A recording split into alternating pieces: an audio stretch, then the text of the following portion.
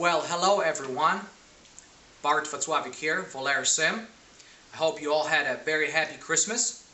Today a short video to answer some of that frequently asked questions with respect to the Volair Sim chassis, hardware questions, flight, racing sim questions. We're going to cover hopefully most of them. So let's get started. The most frequently asked question that we get is with respect to the monitors. What brand? How large? How do I connect them? How do I align them? Etc. So let me give you some pointers. I think 27-inch monitors probably represent right now the best bang for the buck, if you will. Anything larger than 27 inches is just too cost prohibitive, so keep that in mind. Obviously, if you already have monitors, you're going to use what you've got. But 27 inches probably represent the best value. I will not recommend a particular brand because I'm not an expert and I feel uncomfortable doing so. I can just tell you for reference purposes that I am using 27-inch monitors in this very setup that you're looking at, and for this R&D version of the rig, if you will, we got Hans G monitors from Newegg, and I think we paid maybe less than $300 per one, and been pretty happy with them. But if you are looking into buying monitors, you got to make sure that they have the right inputs, because what you're going to have to do is connect your graphic card to the monitors, and you also have to make sure that the graphic card supports multiple monitors. So do that first. Look into your graphics card, see how many outputs it has, and make sure that the outputs are the kind of outputs that the graphics card has matches the inputs for the monitors. Otherwise, you're gonna spend the money, get the monitors, and then you're not gonna be able to hook it up properly. The way it is connected is every monitor is individually connected to the graphics card. So imagine 3 cables running from the graphic card to each of the monitors. Make sense? Next thing is, alignment of the monitors. Obviously, first thing you're going to do is align them mechanically, meaning you're going to mount them and you're going to align them so they're pretty smooth, so they appear like a one monitor. Then you're going to fire up your flight sim or your racing sim. You're going to sit down and you're going to shake your head and you're going to say to yourself, what the heck's going on? Because what's going to happen is the monitor display is not going to be smooth from one monitor to the other. So for instance, that cockpit here would go here, start here, and then it would jump up and down. It would not be uniform. And the reason that happens is because you haven't performed this feature or this function called bezel compensation. And bezel compensation is a feature inside of the graphics driver. So go to the NVIDIA graphic driver or ATI graphics driver and look under bezel compensation and go through that little step-by-step process and align these monitors in software, and that will make the whole thing look seamless and uniform across the 3 different monitors. Don't skip that step. Alright, so that's probably all about the monitors. Let me get out of this this view here and let me talk a little bit about the SciTech software and avionics and all that. So if you are thinking about using SciTech panels, whether it's the switches, the autopilot, the radios, the backlit instrument panel, you have 2 options. You either are going to use the gauges or the drivers that came from SciTech in the CD that they gave you, or there is an equally or perhaps a better option, and that option is called SPAD. S-P-A-D, and that stands for SciTech Panel Advanced Driver. It is a freeware program that's developed by a pretty talented and really genius programmer out there, and that supports all of the SciTech panels, and you can just Google that and download that piece of software for free. The only thing you have to have is you're going to have the FSUI PC plugin, and that also can be downloaded as a freeware program. There's a paid version, but you don't need that to run the SPAD driver.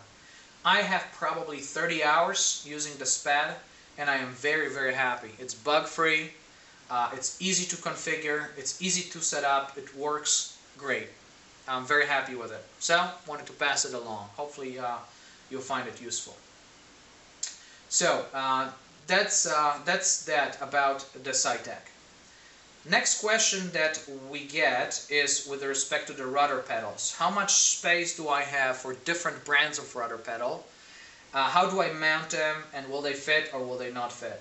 You basically have got 18 inches across by about 19-20 inches long. So that will basically accommodate most, if not all, of the rudder pedals out there. They're typically not that wide, because they're not that wide in a real aircraft. And the same thing goes for the racing pedals. Obviously, if you do have the Logitech racing pedals, you can use the holes that we pre-drilled for you and mount them via the bolts. Oh, and by the way, if you are using Logitech stuff, whether it's the pedals or the steering wheel or the shifter, you need to run over to Ace and get yourself some M6x1 machine screws. M6x1. That's what's needed to mount the Logitech stuff. We do not provide it with a cockpit, but again, any kind of a hardware store will have those. And you go and get eight of those machine screws. They will cost you a whopping $1 or $2, and this will allow you to permanently mount the pedals, the steering wheel, and the shifter for a pretty rock solid type of a connection. For the other types of rudder pedals or racing pedals, you can either use the holes that we've pre-drilled, and they may work, or you will use the Velcros that we provided. And even with Velcros, I mean, it is a very, very secure connection.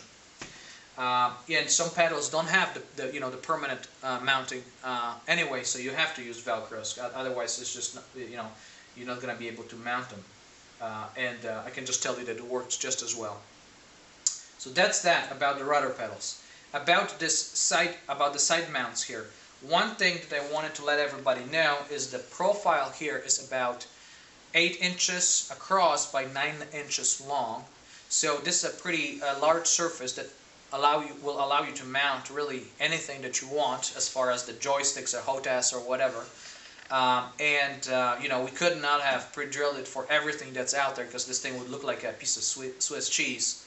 But I can also tell you that if you have, say, a throttle quadrant that's more than 2, so if you have 2 of those, SciTech 2 throttle quadrants, which is 6 levers, it will fit as is because there's enough room and it's pre-drilled for 2. But say you are flying a 747 and you want to have 4 throttle quadrants, so you basically are going to have 12 levers because each of them has 3. What you will do is you'll mount the 2 here on the center, and then you would move and it will mount the left one and the right one to the left and right of the 2 center ones. And you basically all you do is you just move this a little bit away from the seat, and it'll give you enough space, to mount those, and then you just tighten it in place. But there's plenty of space to accommodate a 4 throttle quadrant stack, if you will, or a setup. And then you would use the C-clamps that SciTech gives you to kind of connect them all together, if you will, as a one setup. Hopefully it all makes sense to you. But I just want to make sure that you know that there's enough clearance on both sides. All right, I think that's about it. I think we covered most of the frequently asked questions. I guess the last thing I would mention before we wrap up is there's a really pretty cool piece of software if you happen to use ForeFlight. So this is really not a frequently asked question, but I just want to mention that to you because you might find it useful. If you have a ForeFlight for real life flying and you would like to use it with your Microsoft Flight Sim, there is this piece of software called FSX Flight that has been developed. It's a paid software, but I paid $5 for it. But basically what that does, it connects the Microsoft Flight Sim to your iPad or to your ForeFlight and kind of tricks it thinking that you're flying the real airplane. Very, very useful. Very, very simple to configure. All you do is you just start it up and it basically makes the connection wirelessly to the iPad, so you don't have any cables connected to it. And then you just go into your Microsoft Flight Sim and fly. I hope this was useful and informational for you. Please again, don't hesitate to send us your comments and suggestions and questions, and visit us at VolairSim.com. I also again wanted to wish you a very happy 2013. Many happy hours of flight or racing simming. Thank you.